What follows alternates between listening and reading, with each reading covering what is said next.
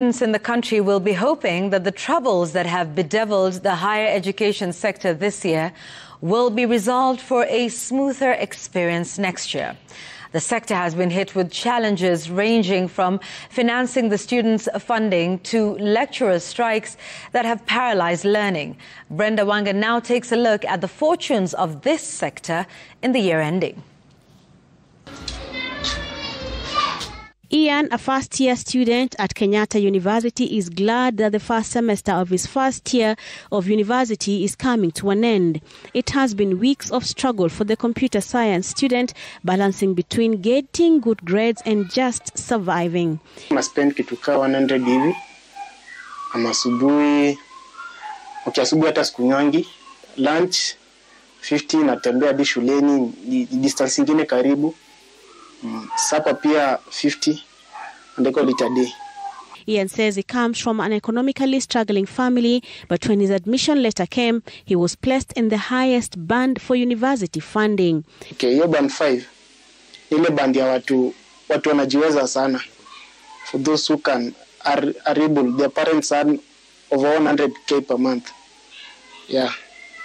So mimi kwangu ikuja kwa afya mzazi bado afikio nini. Nimekuwa tu ngumu pia fees sijalipa tu pia iko balance bado sijanini hakuna kitu nimelipa.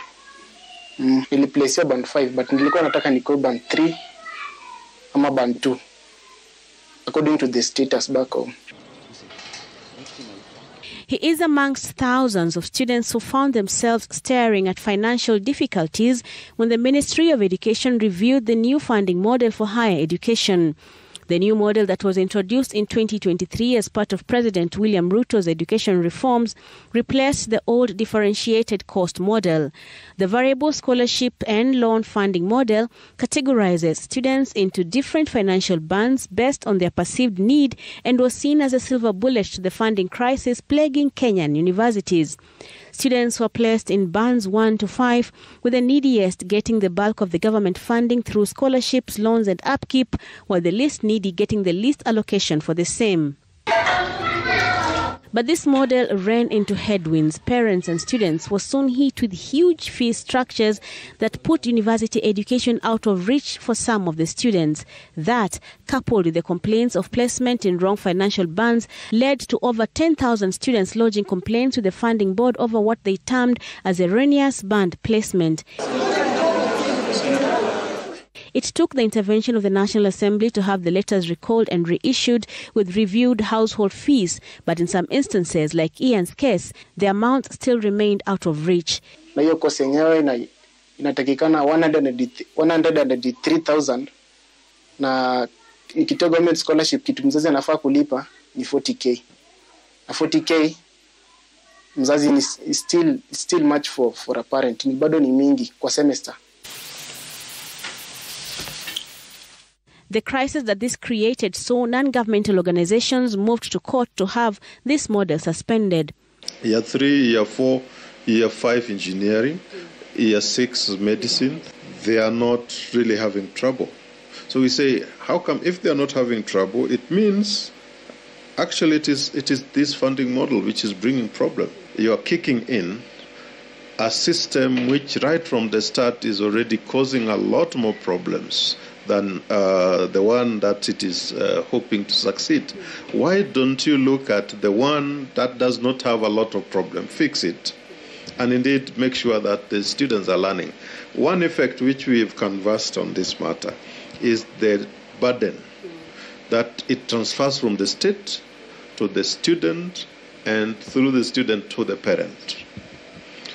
Then that actually knocks off the pillar that we call the right to education and high-level training. The students also decried the deficiencies they say they observed in the new model and what they say is the devastating impact on their education journey and access. The deceleration of access to university education in Kenya has been a very long way in coming, right from the first experience of structural adjustment program in the 80s all the way to the 90s with all these, piecemeal policy adjustments that have been happening. We can conclusively say that, we have been on a bad path. But then 2024 has seen a very sharp rise, in speed in terms of the decelerating effect that the policy interventions have had in the Kenyan education sector.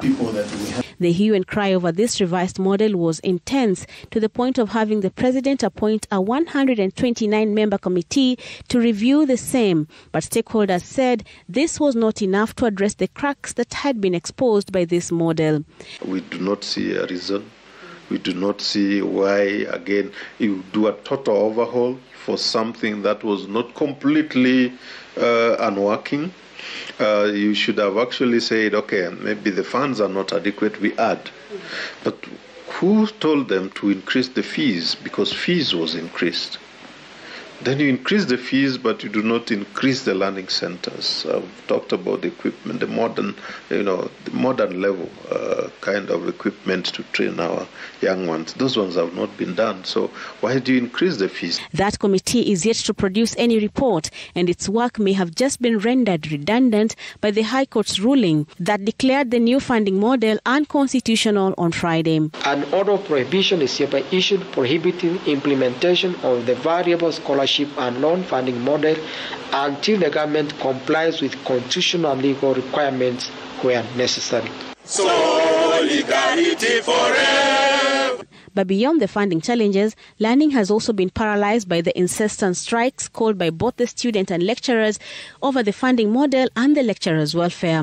Escalate the strike, upscale the strike until the return to work formula is implemented.